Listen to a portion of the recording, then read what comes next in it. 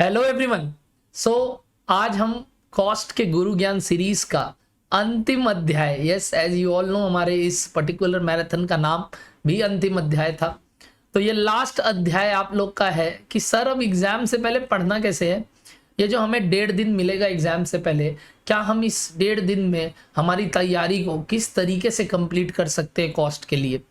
तो ये वीडियो आप जब भी देख रहे हो, मेरा आपको एडवाइस नंबर 1 ये रहेगा कि आप अभी अगर आप अपने अकाउंट्स एग्जाम्स के लिए पढ़ रहे हो तो एक बार फास्ट में ये वीडियो जरूर से जरूर देख लो, ताकि दिमाग में एक बार ये चीज रहे आपके कि आपको ये चीज में क्या करना है।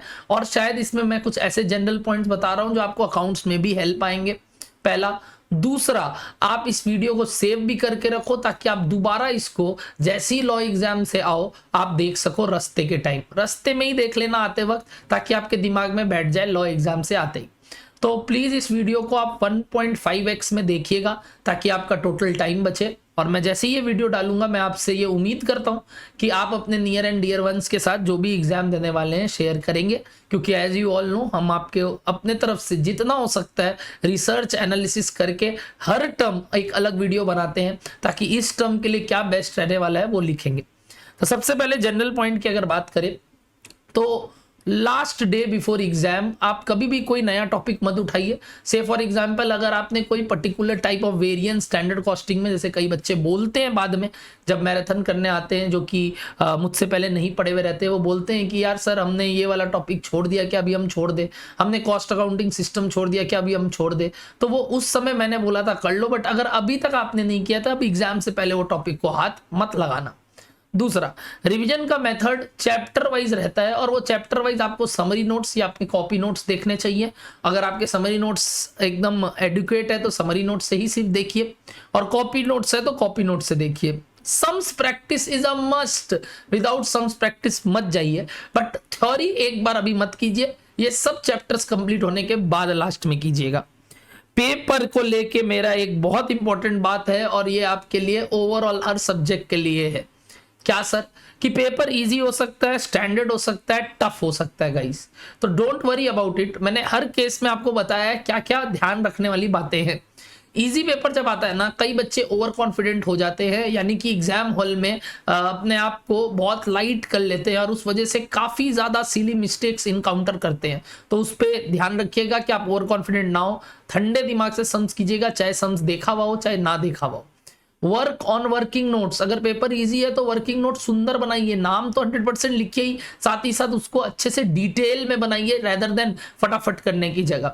अच्छा, एब्रिविएशंस यूज मत कीजिए, जितना हो सकता है फुल नाम लिखिए, यानी जैसे मटेरियल के लिए मैट मत लिखिए, पूरा लिखने का कोशिश कीजिए। डायरेक्ट मटेरियल के लिए डायरेक्ट मटेरियल लिखिए यदि पेपर इजी है तो, और 100% पेपर अटेम्प्ट करने का कोशिश कीजिए ताकि आपका मार्क्स बहुत ज्यादा आए। स्टैंडर्ड पेपर अगर है तो सेलेक्ट कीजिए पहले तो इजी पे पार्ट, क्योंकि अगर पेपर स्टैंडर्ड है, मतलब मैं ये मानता हूं कि मान लो 40 मार्क्स भी टफ है या 30 मार्क्स टफ है, तो बाकी 70 से 60 मार्क्स इजी है, तो पहले उस पर फोकस कीजिए। वर्किंग नोट्स पे इधर भी फोकस कीजिए ताकि आप वर्किंग नोट से नंबर चुरा सके, और एब्रिविएशन का यूज अब आप करिए, कारण आपके पास समय की कमी रहेगी। अगर समय की कमी कुछ ज्यादा हो जाती है तो आप थ्योरी अटेम्प्ट कीजिए, ताकि आपका जो सम्स है वो अगर आप बाईपास कर रहे हैं तो आप थ्योरी में नंबर ले रहे हैं। पेपर अगर टफ है तो पहला बात तो सुनना, ये कंपिटिटिव एग्जाम है जहां टफ और इजी और हार्ड जिसके लिए भी है सबके लिए है, तो डरिए मत। यहाँ पे कोई वो नहीं है कि आपका 90% आया कि नहीं, यहाँ ये है कि आपका किससे कितना ज्यादा आया, चाहे वो रैंक के लिए हो चाहे वो ओवरऑल मार्क्स के लिए हो। तो प्लीज सबके लिए अगर कोई पेपर टफ है तो आप घबराइएगा मत, आप ट्राई कीजिएगा कि आप 80 मार्क्स आराम से अटेम्प्ट कर पा रहे हैं 100% एफिशिएंसी के साथ, यानी 80 मार्क्स अच्छे से अगर कर लेते हो, भले ही 20 मार्क्स ठीक से नहीं करते हो या नहीं कर पाते हो तो भी चलेगा, बट 80 शिद्दत के साथ कीजिएगा। इसके लिए अगर आपको थ्योरी अटेम्प्ट करना पड़े तो पक्का कीजिएगा इधर थ्योरी अटेम्प्ट, क्योंकि शायद वो आपको मदद करे पूरा पेपर कंप्लीट करने में when the paper is lengthy और टफ। अच्छा, स्केल अप का भी सिचुएशन रहता है इंस्टीट्यूट द्वारा। कई बार इंस्टीट्यूट यदि पेपर टफ आता है तो आपको राहत देता है by the means of scale up, यानी कि मार्क्स कई बार इनहेंस कर दिए जाते हैं 2-4 नंबर से अगर कोई बच्चे फेल होते हैं तो घबराने की बात नहीं है। पेपर अगर टफ आता है तो वहां पे अपने आप को काम रखिए अगेन, और पूरा पेपर की जगह 80 मार्क्स का पेपर भी अगर अटेम्प्ट होता है अच्छे से तो उस पर खुश रहिए। Okay sir. Avoid to talk to people before and after exam guys. ये एक बहुत इंपॉर्टेंट गुरु ज्ञान है, विच मीन्स कि आप एग्जाम से पहले अगर वो 1 घंटा जहां एग्जाम हॉल के बाहर आधा घंटा वेट करते हो, वहां प्लीज बातचीत मत कीजिए, किसी से डिस्कस मत कीजिए कोई टॉपिक, ये किया वो किया ये किया ये देख के आया, नहीं। आप अपना कान में हेडफोन डालिए और चुपचाप गाना सुनिए, या कोई रिवीजन अगर आपको करने का इच्छा भी है तो उस लास्ट मोमेंट पे आप अपना समरी बुक घुमा लीजिए और कुछ मत करिए। Don't talk to anybody after exam. तो डिस्कशन करने ही मत जाइए, भूल जाइए वो बात और अगले गुरु ज्ञान को सुनिए जो भी नेक्स्ट पेपर होने वाला है उसका, जैसे कि टैक्स। Okay sir. अब don't keep anything for last 2 hours before exam. Try करो 12 बजे के बाद 2 बजे तक एग्जाम वाले दिन आप कोई भी टॉपिक नहीं पढ़ रहे हो सके तो पुराना पढ़ा हुआ, उस 1.5 दिन में पढ़ा हुआ चीज वापस अगर देखना है तो देख लो, बट नया कुछ मत देखो। ओके सर डे वाइज हमारे कैसे टॉपिक सेग्रीगेटेड है, हमें क्या आके पढ़ना चाहिए, कौन सा टॉपिक पहले पढ़ना चाहिए वगैरह वगैरह। सबसे पहले आपको 4 तारीख को जब आप लॉ एग्जाम से आओगे, आपको कॉस्ट शीट जो कि एक बहुत आसान चैप्टर है, बजट जो कि एक इंपॉर्टेंट चैप्टर है, आगे सब चैप्टर में काम आएगा, इसलिए मैंने ये दोनों चैप्टर पकड़ा है पहले, ताकि आप एक एलिमेंट वाइज और एक बिहेवियर वाइज कॉस्ट कर लो। फिर आप यूनिट एंड बैच कॉस्टिंग जो कि बहुत आसान है और कॉस्ट शीट के साथ कंप्लीट हो जाता है, और वैसे ही जॉब कॉस्टिंग कॉस्ट शीट के साथ कंप्लीट हो जाता है, और कॉन्ट्रैक्ट आप वहीं के वहीं सल्टा दो। हाँ, मैंने बोला है कॉन्ट्रैक्ट नहीं आएगा, बट वही है, मेरा ये एक अजम्पशन है, जैसा मैंने आपको बोला ये एक एनालिसिस है, गुरु ज्ञान है, बट मैंने पहले भी बोला और अभी भी बोल रहा हूँ, उस वीडियो में भी बोला कि कॉन्ट्रैक्ट का 1-2 सवाल आप बना के जाइए, ऐसा भी नहीं है कि पूरा छोड़ के जाए। मैंने उनके लिए छोड़ने बोला जो लोग अभी तक कॉन्ट्रैक्ट छुए भी नहीं है। अगर उनको डर लगता है कॉन्ट्रैक्ट से तो they can leave, if not then if you have done it earlier and you have the concept, try 1 to 2 sums urgently of this. Okay, next, अगर ये तारीख को आपके पास और समय बचता है तो आप नया चैप्टर चालू कर सकते हैं, बट मैं मानता हूं लॉ एग्जाम के बाद आप थोड़ा रेस्ट लीजिए, और सिर्फ 4 चैप्टर भी कर पाते हैं, ये 4 जो मैंने दिया तो मोर देन इनफ है। सर क्या इनके सम्स बनाना जरूरी है? 100%। वो तो मैंने पहले ही बोल दिया, बिना सम्स बनाए नहीं होगा। सर कितने सम्स बनाने चाहिए? हर एक टॉपिक वाइज अगर मैं वेटेज दूं तो आपको कॉस्ट शीट के नहीं तो नहीं 3 सम्स बना लेने चाहिए, बजट के 3 सम्स बना देने चाहिए, यूनिट एंड बैच का 1 सम्स, जॉब का 1 सम्स और कॉन्ट्रैक्ट का 1 से 2 सम्स। अगर आप इतना प्रैक्टिस कर लोगे तो मोर देन इनफ है। बजट में हो सके तो एक और एक्स्ट्रा कर लेना, बजटरी रेशियोज का सवाल। Okay sir. अब आता है बात 5 तारीख को। 5 तारीख को अगर मैं बात करूं तो फर्स्ट हाफ, मैं 2 हाफ में डे को ब्रेक कर रहा हूं। फर्स्ट हाफ आप उठते ही लेके समझ लो 2, 3, 4 बजे तक, जब तक आप लंच करते हो तब तक का बात अगर मैं करूं तो आप मटेरियल, लेबर, ओवरहेड और एबीसी सल्टाओ। बड़े बड़े चैप्टर्स है, take your time and important chapters है, हर टर्म आते हैं इन सबसे क्वेश्चंस। तो मटेरियल के आप 4 क्वेश्चन बनाओ, लेबर के आप 3 ही बनाओ, ओवरहेड के भी आप हर टॉपिक के क्वेश्चन बनाओ, यानी 4 क्वेश्चन तो कम से कम बनाओ, एमएचआर, अंडर ओवर अब्जॉर्प्शन और 2 ठो वो प्राइमरी और सेकेंडरी डिस्ट्रीब्यूशन, और एबीसी का आप 1 से 2 सवाल बना लो तो भी चलेगा। तो ये पर्टिकुलर चीज आपको फर्स्ट हाफ में कर लेना। Second half of the day में आपको प्रोसेस कॉस्टिंग के 3 सवाल बनाने, इंटर प्रोसेस प्रॉफिट का एक WIP लेते हुए विद फीफो या वेटेड एवरेज, और एक विदाउट WIP लेते हुए। जॉइंट बाई के भी आप 2 सवाल तो कम से कम बनाओगे, जहां पे आप ट्राई करोगे कि आप NRV और sale value at split of point का मेथड से सम्स कर लो।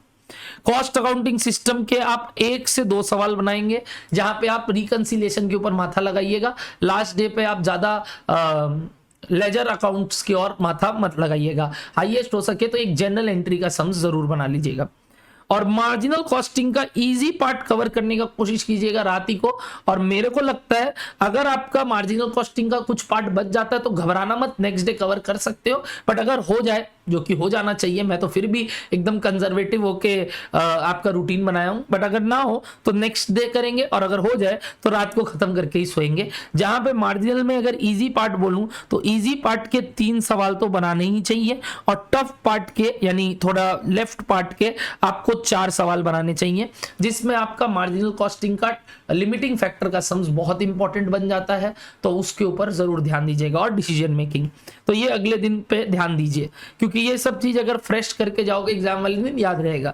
Standard costing being one of the chapter, जो बच्चे घबराते हैं और इसके फॉर्मूला बेस्ड टॉपिक लोग उसको समझते हैं, इसलिए मैंने उसको लास्ट डे रखा है कि आप उस चीज को सुबह सुबह पढ़ के जाओगे तो फॉर्मूला आपको ध्यान रहेगा, और उसका मटेरियल का एक सम्स और फिक्स्ड ओवरहेड का एक सम्स और एक मिसिंग फिगर का सम्स, यानी 3 सम्स जरूर बना लीजिएगा। और सर्विस कॉस्टिंग भी आप सुबह सुबह बना के जाइए, क्योंकि इसमें कुछ रिवाइज करने का नहीं है। 2 सम्स बना लिया, 3 सम्स बना लिया, हो गया। ट्राई कीजिएगा ट्रांसपोर्टेशन और होटल और एक टोल या फिर पर्टिकुलरली इंश्योरेंस का सवाल बना लो आप।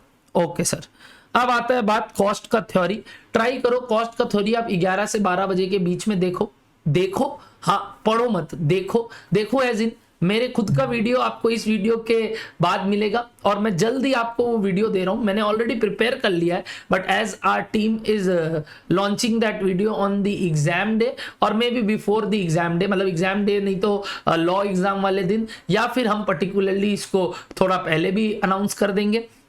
बट ये वीडियो आपके लिए बहुत इंपॉर्टेंट रहने वाला है, जिसमें मैंने सारे कॉस्ट के थ्योरीज जितने आज तक आए हैं और इंपॉर्टेंट है आपके एग्जाम के लिए, सारे वो सब एक जगह करके आपके लिए पूरा कंपाइल्ड वे में एक लिख भी दिया है, और आपको उसका वीडियो भी बोल दिया, ताकि आप सुन के भी चले जाओगे तो काम हो जाएगा। और वो पर्टिकुलर शीट मैं उस वीडियो के डिस्क्रिप्शन बॉक्स में भी डालूंगा, मैंने मैराथन में भी दिया था अपने, और अब उसके ऊपर मैं पूरा वीडियो भी बना चुका हूं, तो आपको जल्दी वो वीडियो मिलेगा इस वीडियो के बाद।